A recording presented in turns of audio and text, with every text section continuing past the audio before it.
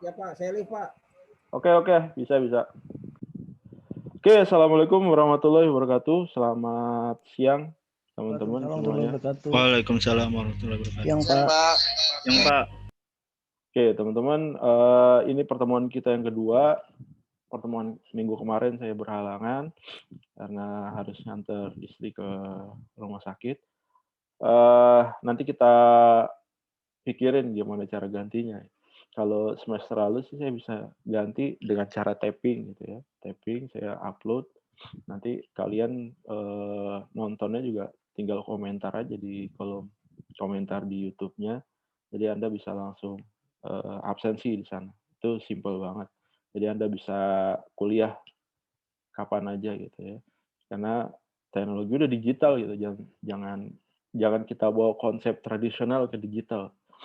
Tapi semester ini rada sulit mungkin karena harus menggunakan Zoom Steaming, ketentuannya gitu. Saya nggak tahu apakah bisa tapping atau enggak. Sebenarnya sama aja, nggak ada bedanya kuliah tapping dengan online. Kalau online kayak gini, keuntungannya kita bisa langsung langsung berinteraksi gitu ya. Tapi kalau Anda dengerin rekaman di YouTube ya satu arah. Walaupun nanti Anda bisa komen, bisa tanya, dan segala macam. Oke, nanti kita pikirin gimana caranya gantinya. Atau nanti teman-teman punya ada hari lain gitu ya. Tapi kalau emang bisa tapping ya saya tapping aja lah. Sama-sama kuliahnya. Dan teman-teman bisa nyaksin kuliahnya itu di waktu senggangnya. Di hari Minggu kayak gitu ya. Pas lagi senggangnya kapan, jadi bisa nyaksin kuliah. Oke, bahasan kita minggu ini masuk ke consumer behavior. Saya share screen dulu. Nah, ini bahasan kita consumer behavior. Sebelum masuk kemarin, teman-teman udah ngerjain semua tugasnya ya? Buat akun. Sudah Pak. Pak, tapi kok kayak suka ada problem gitu ya Pak? Problemnya gimana? Kayak misalkan harus daftar email lagi atau IG-nya nggak bisa diverifikasi. Facebook-nya juga sama, kadang suka kayak gitu Pak. Iya. Jadi kalau Anda buat banyak akun gitu ya, jangan buat di satu hari yang sama gitu ya. Dicicil satu hari buat 2 akun gitu ya. Atau Anda bisa buat banyak tapi pakai aktifin VPN-nya, virtual private network-nya diaktifin.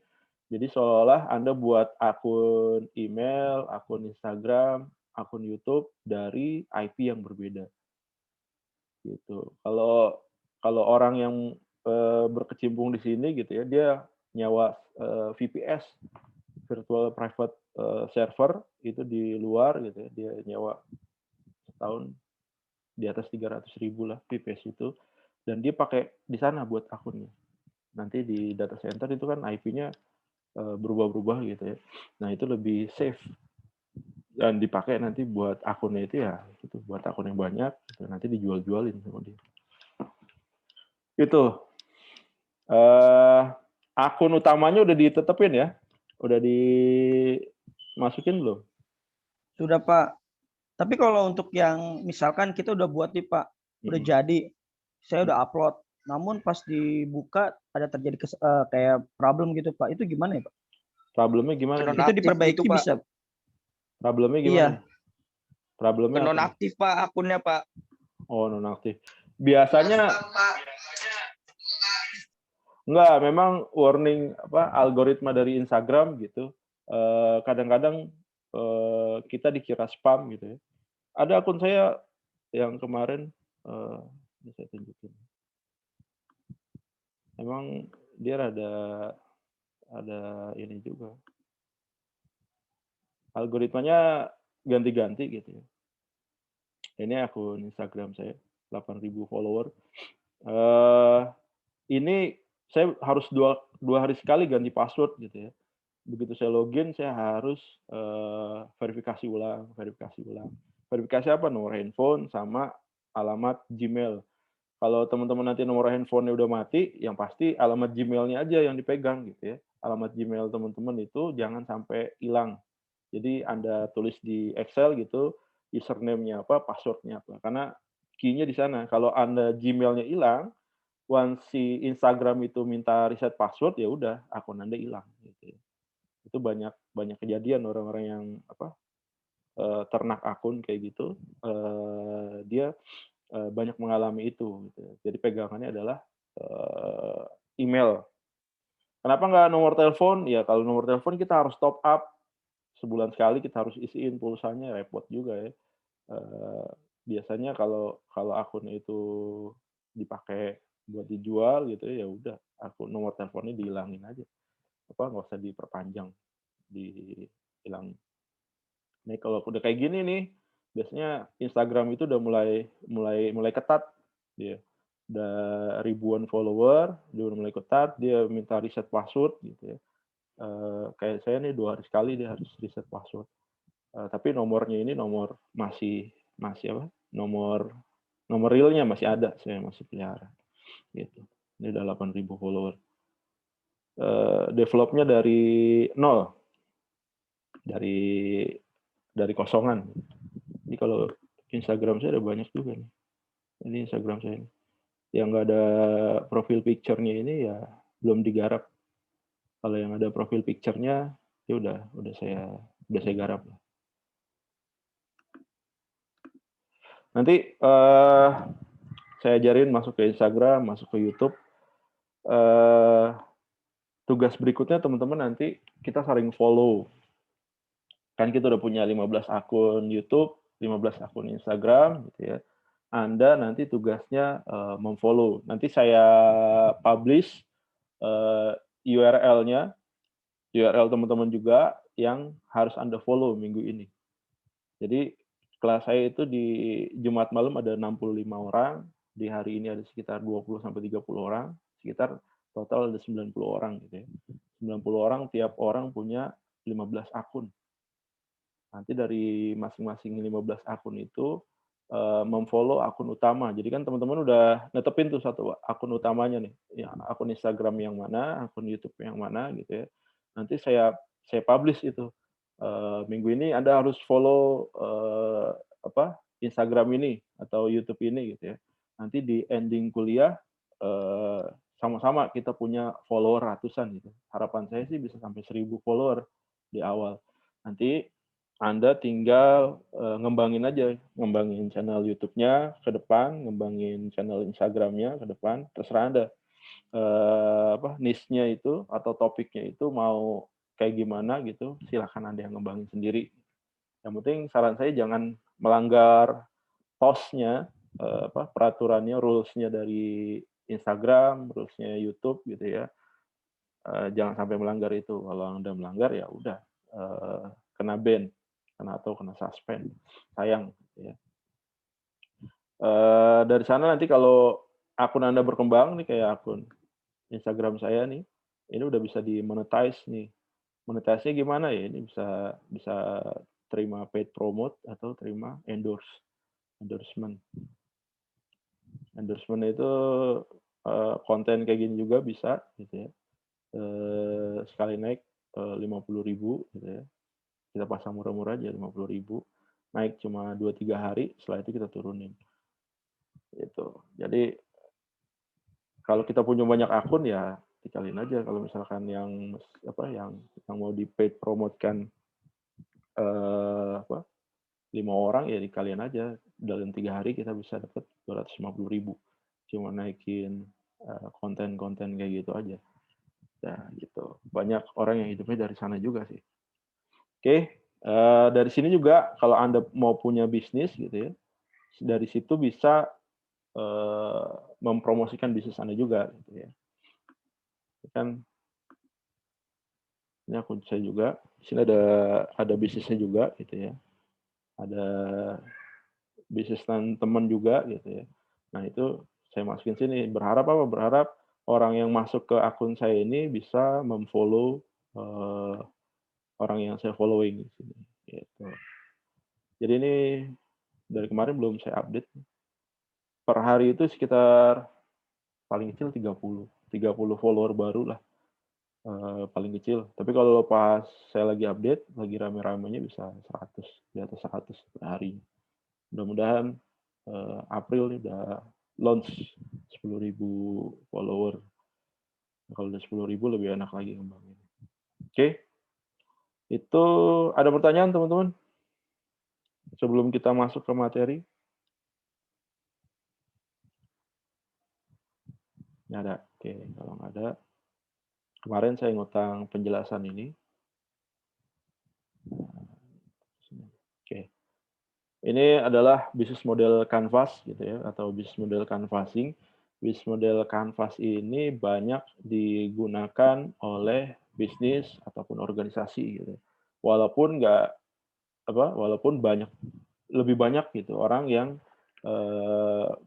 bikin startup gitu ya, bikin bisnis model canvas.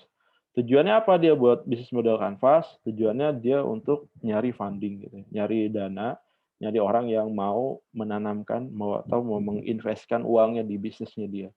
Jadi bisnis model canvas ini menggambarkan lingkup bisnis yang sedang kita kelola gitu ya, yang sedang kita develop gitu ya. Ini juga banyak digunakan sama digital marketer nih. Sebelum dia memulai bisnisnya, dia bikin bisnis model canvasnya dulu. Biar apa? Biar biar ketahuan real gitu ya. Target marketnya siapa gitu ya. Cara dia dapetin revenue-nya dari mana. Kemudian biaya yang dia keluarin seperti apa gitu ya. Nah, di sini di bisnis model canvas ini ada 9 kotak gitu ya. 9 kotak ini terdiri dari ada partner, ada value configuration, ada core competency, value proposition, relationship, target market, distribution channel, revenue, dan cost structure. Gimana caranya kita menggambarkan memetakan bisnis yang akan kita kembangin melalui bisnis model canvas? Caranya yang pertama, kita harus tentukan dulu value proposition di tengah-tengah nih. Biasanya saya selalu netepin dulu nih value proposition-nya atau value configuration-nya gitu ya. Jadi macam-macam nih teman-teman. Ada yang bilang di sini value proposition, ada yang bilang value configuration, tapi intinya sama. Di sini juga ada yang bilang value configuration atau key activities gitu, itu sama juga. Atau di sini ada core kompetensi atau dia key resource, itu sama juga. Jadi ini core kompetensi atau key resource, value configuration atau key activities. Gitu. Nah, value proposition apa sih? Value proposition itu adalah nilai lebih yang dimiliki oleh bisnis gitu ya. Misalkan Anda punya bisnis gitu, jual apa ya? Jual pakaian gitu ya. Jual baju stylish gitu ya, atau celana jeans lah gitu ya.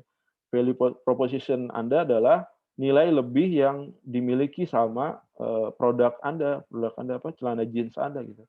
Dan produk nilai lebih ini nggak dimiliki oleh kompetitor Anda. Jadi ini adalah kelebihan yang kita miliki dibandingkan kompetitor kita. Jadi Anda harus benar-benar temuin apa ya value-nya nih. Apa value-nya yang dimiliki oleh bisnis kita atau oleh organisasi yang kita mau gambarin bisnisnya gitu ya.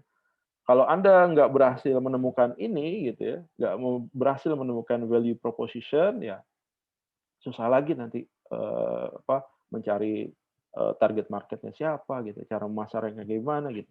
Atau bisa juga value proposition Anda nggak melebihi atau sama dengan kompetitor Anda, bisa juga kayak gitu. Nanti kalau modelnya kayak gitu, berarti Anda harus menemukan penawaran-penawaran baru nih. Anda harus extra charge Anda harus mengeluarkan cost ekstra untuk apa? Untuk biaya promosi.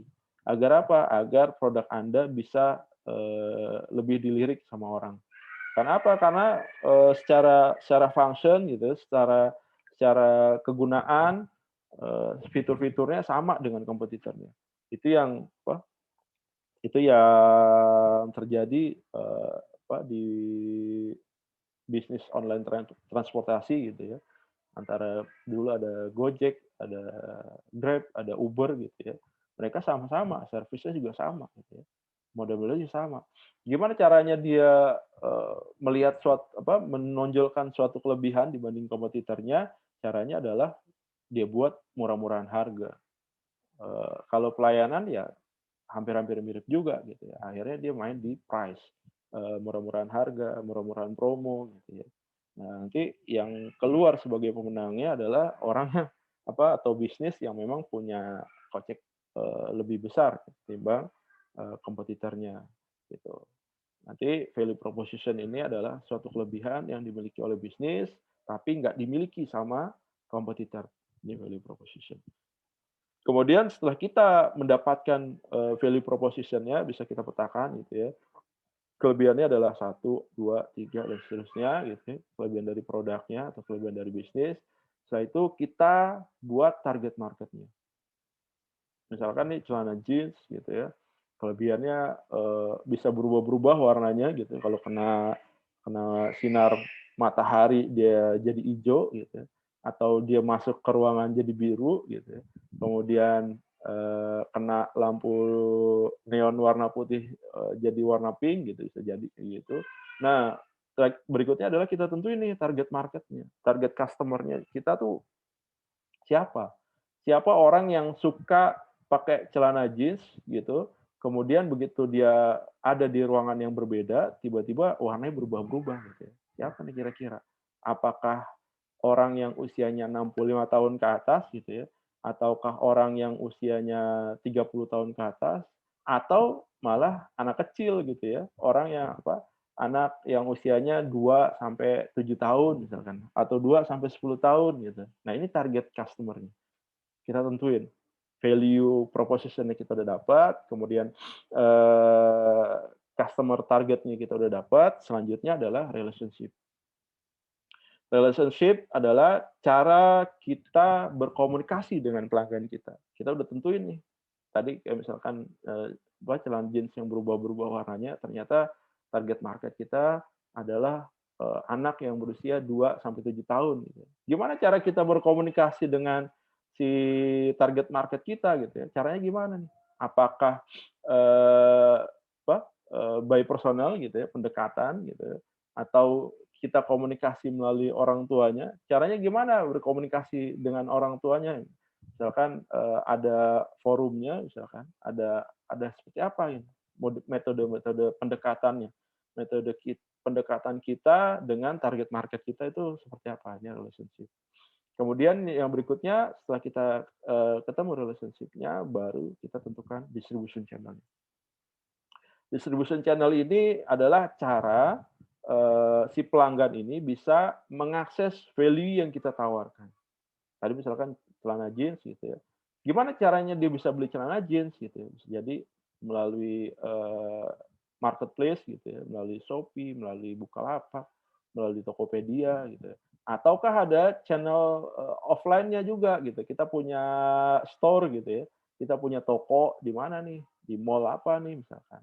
Atau punya toko di ruko mana nih gitu ya. Disebutin distribution channel-nya apa aja nih. Marketplace, kemudian ruko apa gitu ya, ruko cabang Jakarta, ruko cabang Surabaya, Medan, Pekanbaru misalkan. Itu distribution channel. Udah ketemu nih 4. Value proposition, target customer, kemudian relationship-nya kayak gimana, keempat adalah distribution channel.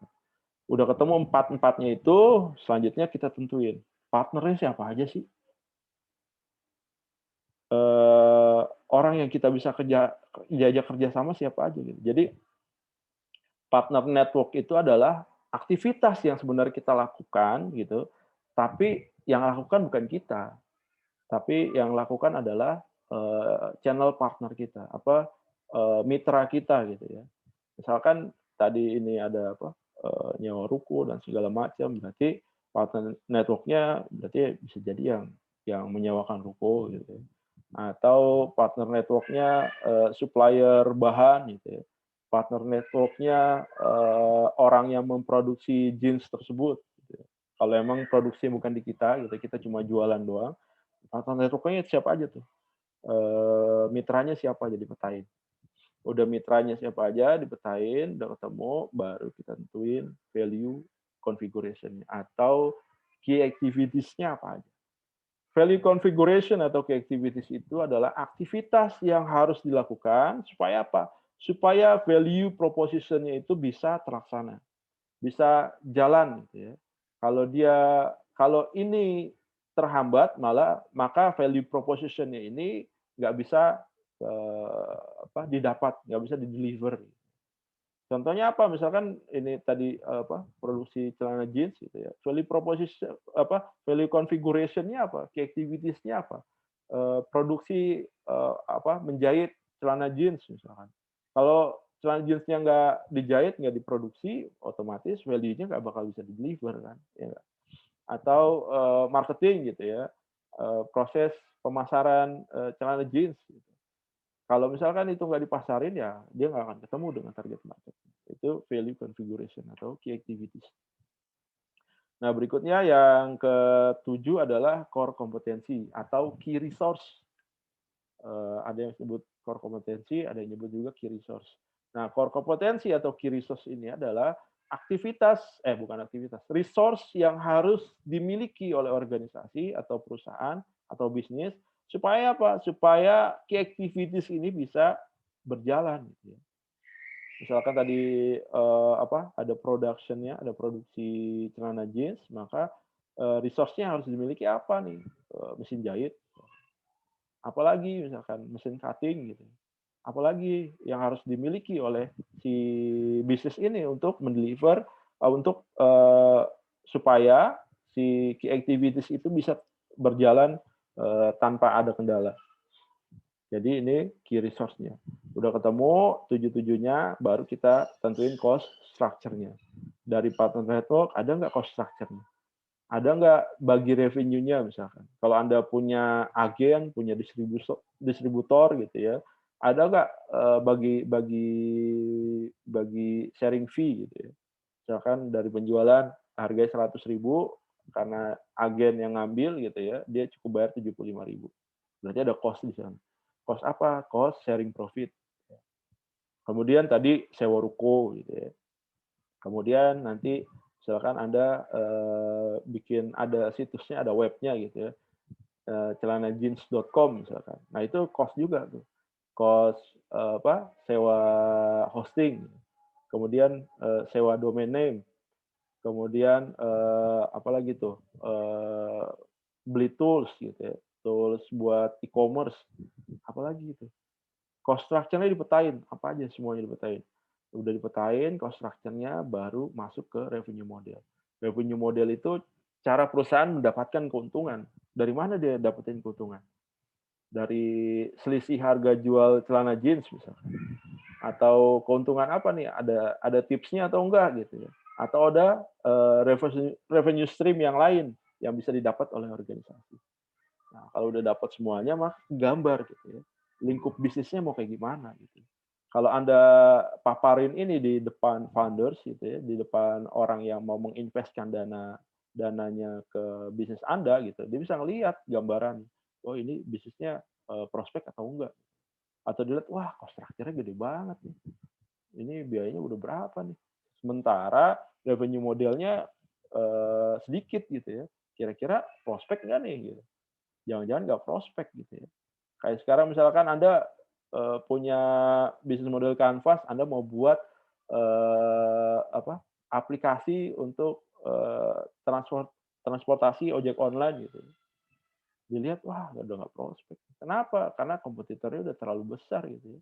Cost structure-nya terlalu besar.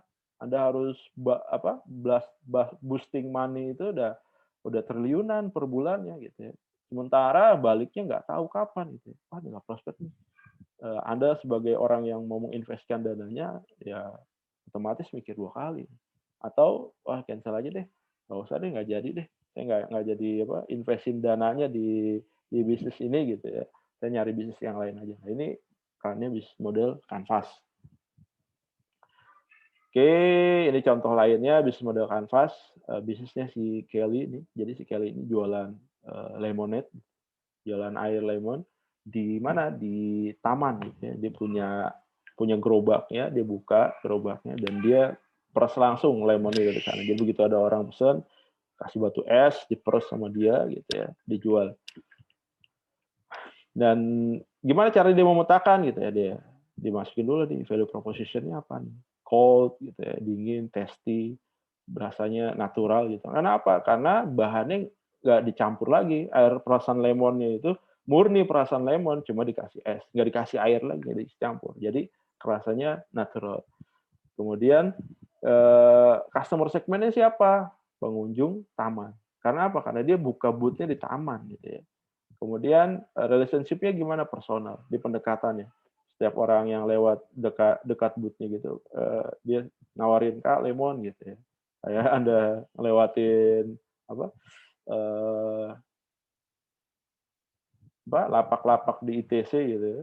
Begitu Anda lewat tuh setiap lapak tuh nawarin barang dagangan itu pendekatannya personal. Kemudian channelnya gimana gitu ya. Cara si customer segment dapetin lemonade-nya gimana caranya? Melalui booth sale. Booth sale itu gerobaknya dia yang ada di taman. Dan ternyata juga si Kelly ini buka situs gitu ya. Ada situsnya www.kellyslemonade.com. Jadi si customer-nya ini bisa memesan dagangannya si Kelly ini, air lemonnya itu melalui kellyslemonade.com. Udah ketemu channels-nya, key partner-nya siapa aja. Key partner-nya supplier lemon, kemudian supplier es, gitu ya. Kemudian karyawan misalkan, key partner-nya dia. Atau dia buka franchise, nanti ada franchise-nya gitu ya, key partner-nya. Kemudian key activities-nya apa? Langkah ya aktivitas yang harus dilakukan supaya value proposition-nya ini bisa terlaksana. Aktivitasnya adalah making lemonade gitu. Dia iris lemonnya, kemudian di proses making lemonade. Kemudian marketing gitu ya, memasarkan, kemudian dia menjual. Resource-nya apa yang harus dimiliki adalah ingredient gitu. Kemudian sales people, booth gitu. Dia harus punya gerobak, dia harus punya orang yang jual gitu ya. Kemudian dia harus punya resep gitu ya. Supaya apa? Supaya cold tasty naturalnya itu bisa kedapat. Oke, udah ketemu tujuh-tujuhnya baru tentuin cost structure. Cost structure-nya dari gaji, ingredients, kemudian equipment, flyer. Jadi dia nyebarin flyer dan segala macam. Kemudian revenue stream-nya gimana? Revenue stream-nya dari penjualan lemonade. Kemudian yang kedua dari tips gitu. Misalkan dijual air lemonnya satu gelasnya 13.000 gitu ya. Ada pembeli yang beli, ya udah deh 2.000-nya buat tips gitu. Nah, itu juga masuk revenue stream-nya dia. Udah jelas nih gitu ya. Kalau Anda disajikan ini orang orang yang butuh dana gitu ya. Anda lihat nih, wah, make sense-nya nih. Anda lihat, wah, pengunjung tamannya tiap hari rame nih. Nggak pernah sepi nih tamannya gitu kan. Berarti ada peluang nih jangan-jangan. Revenue stream-nya oke nih, kemudian cost structure-nya juga nggak besar-besar amat gitu. Nanti tinggal nambahin si orang yang nyari dananya tinggal nambahin projection-nya aja, financial projection-nya. Misalkan di tahun pertama masih harus disubsidi nih tiap bulan berapa juta misalkan, atau berapa ratus juta, berapa miliar. Nanti di tahun kedua udah mulai balik modal, udah mulai return gitu ya. Return of investment itu ROI-nya itu di tahun kedua misalkan, di tahun kedua di bulan ke-18 misalkan, itu udah return of investment.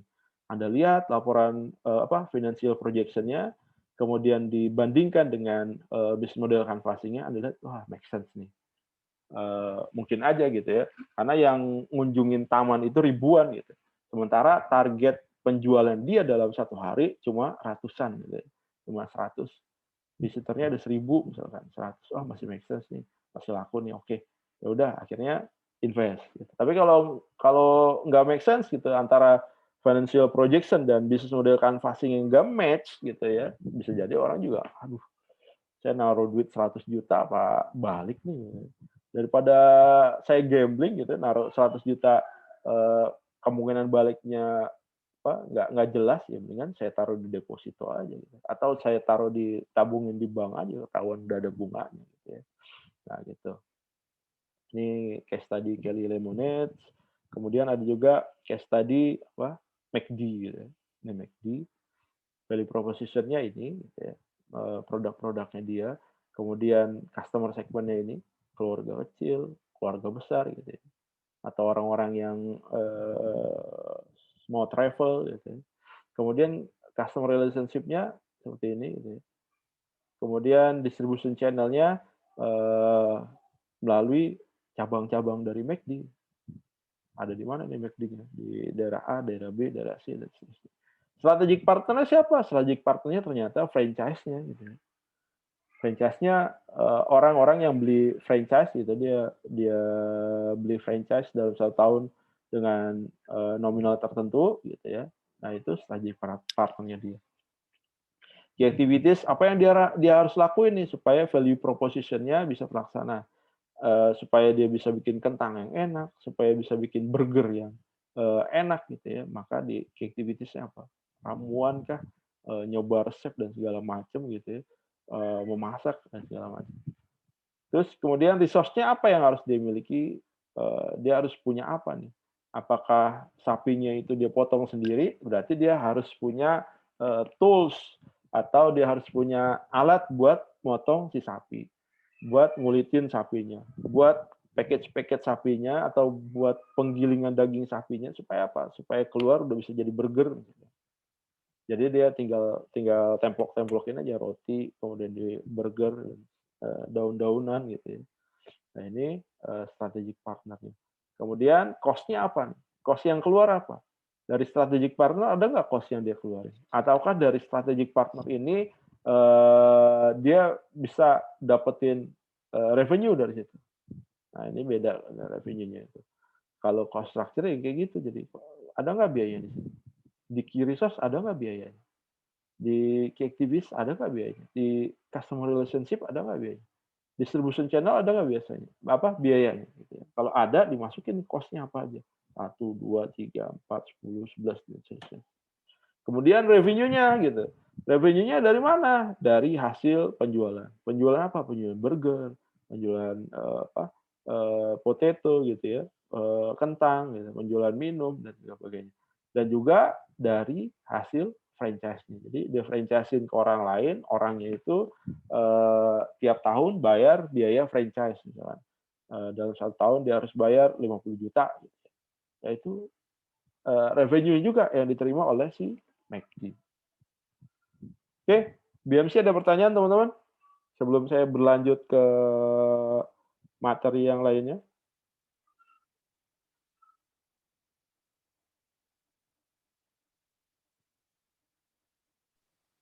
Belum ada sepertinya, Pak. Belum ada.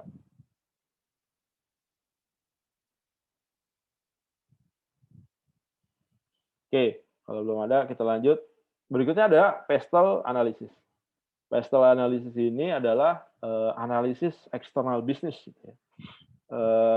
Sebelum Anda masuk membuka bisnis gitu, Anda melakukan pestle analysis. Pestle apa sih?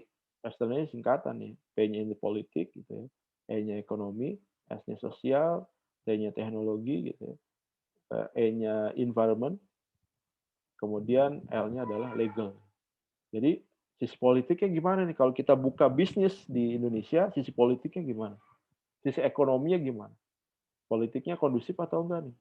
Ataukah bisnis kita menyinggung komunitas politik tertentu misalkan? Kemudian dari sisi ekonominya gimana nih? Kayak kemarin misalkan pas awal pandemi, Anda mau buka restoran gitu, Anda mau buka tempat makan gitu. Anda lihat nih, ekonominya masuk nggak?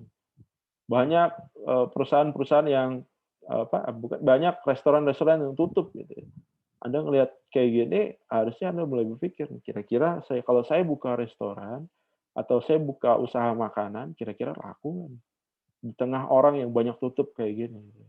Kalau memang kemungkinan nggak lakunya lebih besar, ya udah nggak usah dilakuin. Gitu. Cari yang pasti-pasti aja gitu ya. Bisnis yang bisa menghasilkan gitu. Karena kalau kita trial di suatu bisnis yang memang opportunity-nya kita itu kecil gitu ya, ya sama aja nanti kita buang-buang waktu aja nanti. Kita masuk ke suatu bisnis, tiba-tiba opportunity-nya kecil. Gitu.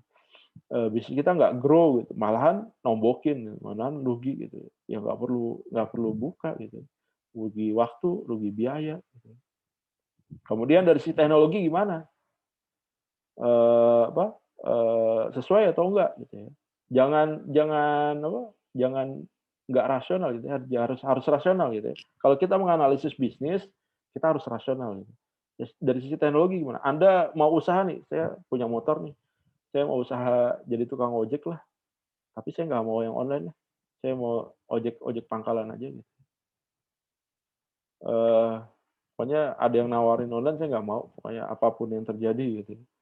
Begitu ada mangkal di suatu tempat, ternyata nggak ada yang naik juga gitu. Karena apa? Karena orang udah beralih ke ojek online. Anda terlalu memaksakan idealisme Anda gitu. Bisnis itu bukan soal idealisme gitu ya. Harus realistis juga. Kalau memang nggak memungkinkan ya udah nggak usah dilakuin. Mendingan kita garap yang lain. Gitu. Jadi cari yang opportunity-nya lebih besar. Gitu ya. Karena kalau opportunity-nya besar, maka peluang kita mendapatkan profit lebih besar. Ya, gitu kan. Kecuali bisnis kita, kecuali bukan bisnis ya, kecuali kita kayak government gitu ya, missionnya adalah mendeliver pelayanan ke masyarakat gitu. Dia nggak ngomongin bisnis gitu. Ya. Di situ mau cuan atau enggak, mau profit atau enggak, ya nggak ada masalah. Yang penting dia bisa melayani. Gitu. Jadi misalkan suatu pemerintah daerah gitu ya, saya mau buka puskesmas nih di desa A nih. Di desa A ini orangnya miskin-miskin semuanya nih, nggak punya pendapatan gitu ya. Dia cukup cuma buat makan doang. Begitu pemerintah masuk sana, hitung-hitungan bisnisnya nggak masuk, ya nggak bisa juga. Gitu.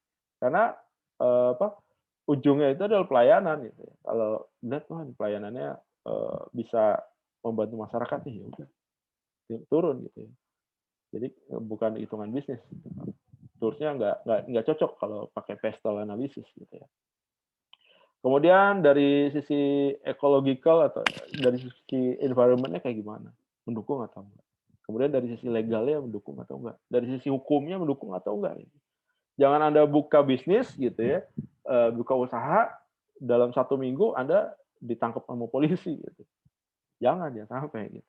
Jadi secara hukum, secara legal itu jangan sampai melanggar peraturan yang berlaku di suatu daerah tertentu ya misalkan.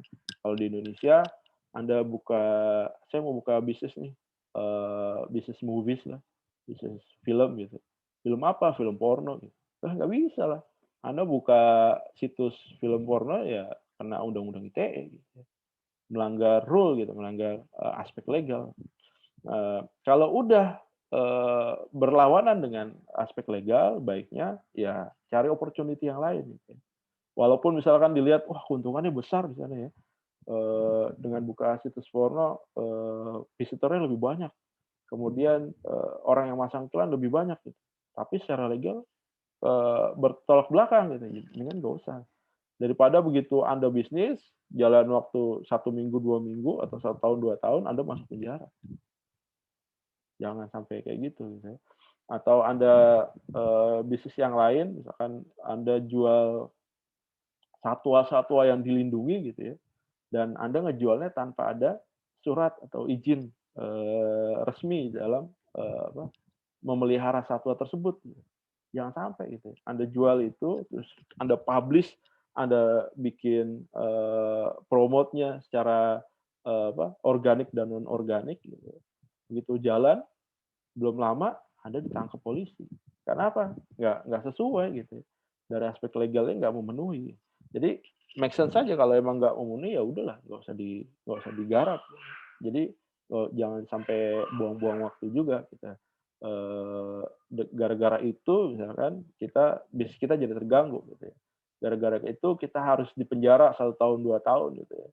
1 tahun 2 tahun itu loss-nya besar banget gitu ya. Kalau hitung-hitungan bisnisnya. Misalkan dalam 1 tahun Anda bisa ngasilin berapa ratus juta. Gitu ya. Dalam 1 tahun Anda bisa ngasih makan berapa orang sebagai karyawan gitu. Ada karyawan Anda gitu bisa Anda gaji per bulannya berapa banyak gitu. Nah itu loss bisnisnya besar kalau Anda melanggar aspek legal. Baiknya kalau udah bentrok dengan itu, ya udah make sense aja. Nggak sesuai, nggak cocok gitu dari sisi politik, ekonomi, sosial, teknologi, environment, dan legal yang nggak cocok, ya udah cari bisnis yang lain.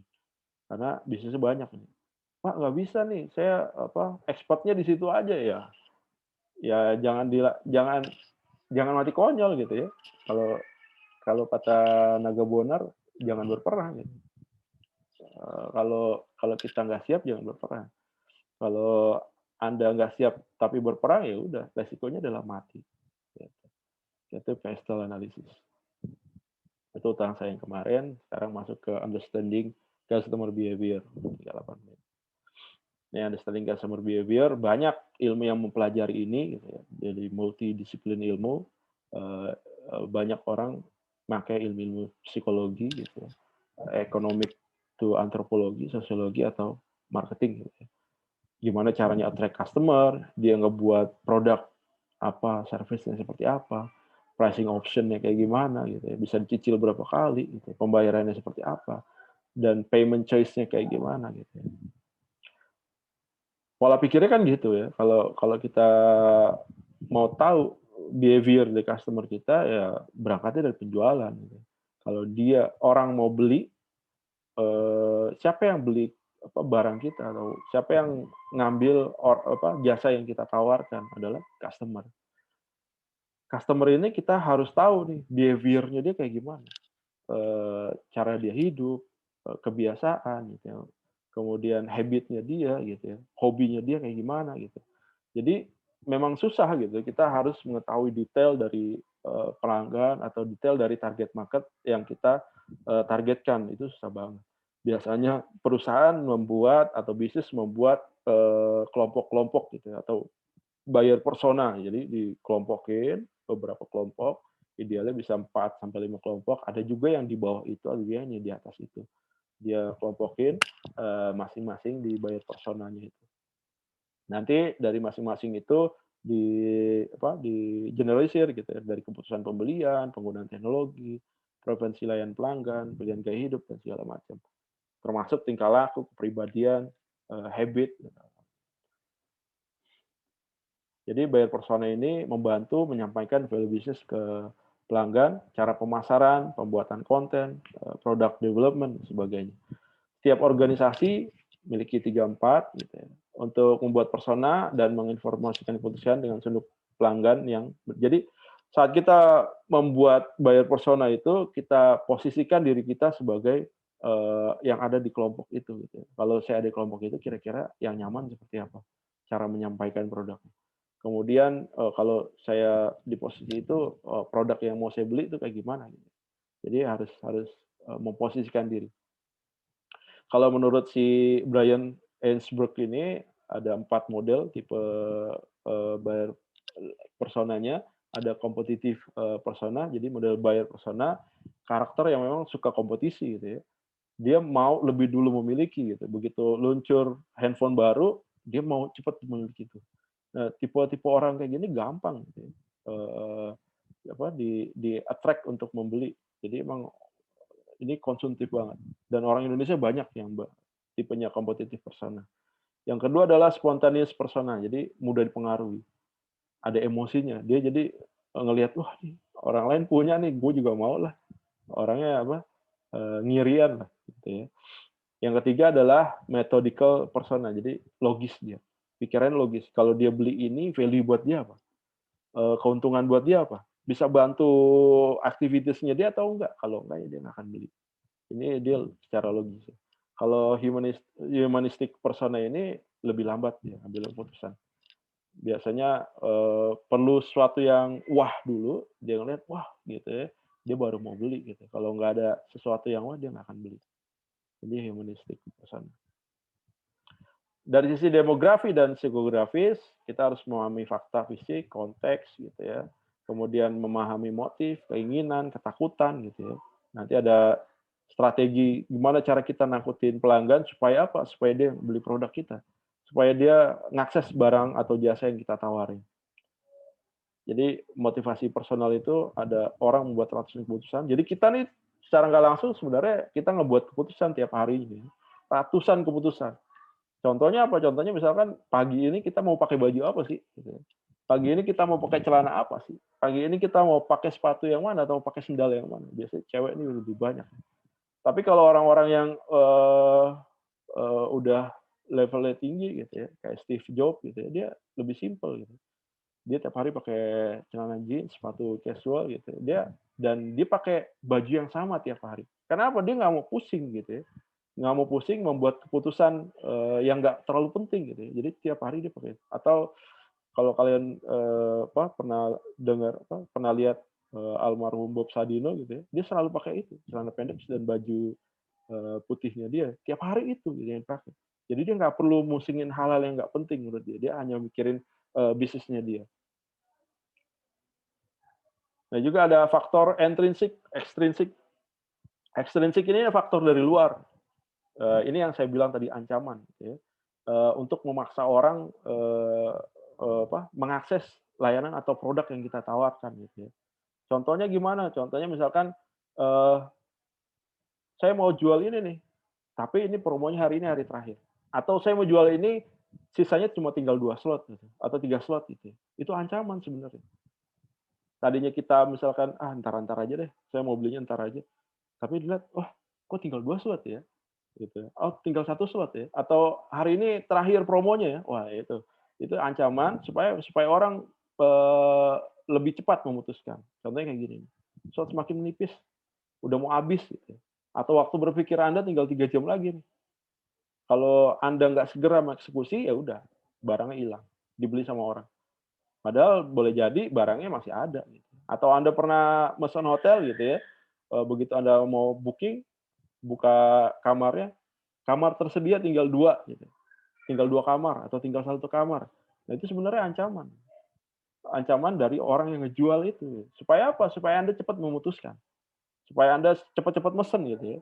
Kalau Anda nggak mesen ya udah hilang. Gitu ya. Walaupun sebenarnya nggak hilang, bisa jadi masih ada. Besoknya dikeluarin lagi tuh. Promonya tinggal 2, tinggal 1 atau tinggal 3. Tapi hanya bisa dibuka di akun yang lain gitu ya, bukan di akun Anda. Kalau akun Anda udah habis. Gitu. Itu ekstrinsik. Atau faktor intrinsik. Intrinsik ini biasanya sudah terjalin lama ya. Nggak sehari 2 hari, nggak setahun 2 tahun, bisa bertahun-tahun. Dan bisa juga ini diwarisi dari orang tuanya ke anaknya dan ke turunan yang lain. Contohnya realnya apa? Contohnya misalkan Anda kalau mau beli motor gitu ya, mereknya merek tertentu aja gitu. Merek A aja. Kenapa Anda cuma mau merek A? Karena apa? Karena orang tua Anda pakai merek A. Gitu. Jadi Anda nggak mau tuh merek yang lain. Gitu. Ini faktor intrinsik. Jadi berdasarkan pengalaman, berdasarkan apa yang dialami, berdasarkan experience-nya dia. Gitu. Kalau Anda mau beli mobil, ya saya maunya mobil merek B gitu ya. Meskipun mobil merek C itu secara fitur lebih lengkap, lebih wah gitu ya. Kenapa Anda nggak mau ngambil merek C gitu ya? Karena saya udah terbiasa dengan merek B. Kalau di jalan ada kendala, saya udah tahu apa yang harus dilakukan. Kalau merek C, kalau di jalan ada kendala, wah nggak bisa, saya bingung servisnya gitu ya. Service centernya jarang gitu, spare part-nya susah gitu. Nah, ini faktor intrinsik. Jadi itu, jadi ada ekstrinsik, ada intrinsik. Kalau ekstrinsik itu lebih short gitu ya, dan bisa dipaksakan di waktu yang sama, tapi kalau intrinsik itu butuh bertahun-tahun. Itu Anda harus mendevelop gitu ya, ada customer journey-nya dia. Begitu dia masuk, Anda harus treatment dia, Anda harus kasih service gitu. Supaya apa? Supaya jadi brand minded gitu ya. Dan itu bisa diturunin nanti dari orang tuanya ke anaknya, dari anaknya ke anaknya lagi gitu ya. Bisa turun menurun gitu ya. Dan mungkin salah satu dari kita termasuk yang masuk ke faktor intrinsik ini gitu, untuk beberapa merek. Contohnya kayak tadi sepeda motor, mobil gitu ya. Kalau nggak merek ini saya nggak mau deh. Kalau bukan Honda atau kalau bukan Toyota saya nggak mau deh. Meskipun misalkan Wuling lebih banyak fiturnya gitu ya. Atau meskipun Fortuner lebih gagah gitu ya. Saya nggak mau deh, saya lebih milih ini aja, Innova aja misalkan. Saya lebih milih Pajero aja misalkan. Jadi kayak gitu. Faktor ekstrinsik dan intrinsik. Udah lewat. Sampai sini ada pertanyaan teman-teman? Nah, kalau kurvanya kayak gini, ada yang positif ekstrinsik, ada negatif ekstrinsik. Kalau positif ekstrinsik itu seseorang cenderung untuk melakukan sesuatu. Biar apa? Biar dia dapat reward. Gitu. Kalau ekstrinsik, kalau Anda nggak beli ini, diskonnya udah habis. Hari ini pokoknya diskonnya tinggal 2 jam lagi, ya udah Anda harus beli itu. Kayak apa? Sell midnight gitu kan. Anda belinya apa? Tengah malam gitu. Kalau Anda belinya di pagi hari, ya Anda nggak dapat diskon. Ataukah ekstrinsik sifatnya adalah penalti. Kalau Anda nggak beli hari ini, maka udah nggak tersedia lagi slot. Atau slot tersedia hanya tinggal 2 slot. Gitu ya. Itu negatif ekstrinsik. Atau yang positif intrinsik. I want to do this to feel good. Gitu. Jadi kayak tadi ya, saya mau merek A untuk mobil gitu supaya apa? Supaya saya nyaman di jalan, nggak mogok-mogok di jalan. Atau I need to do this or I feel bad gitu. Kalau saya pilih mobil yang B gitu ya, susah service centernya gitu. Nah itu intrinsik dan itu bisa dibangun nggak dalam waktu 1 hari 2 hari, nggak setahun 2 tahun, bisa seumur bisnis itu. Jadi kalau intrinsik itu lebih loyal pelanggannya, tapi kalau ekstrinsik itu lebih short pelanggan ini mudah beralih ke layanan yang lain. Oke, sampai situ ada pertanyaan teman-teman?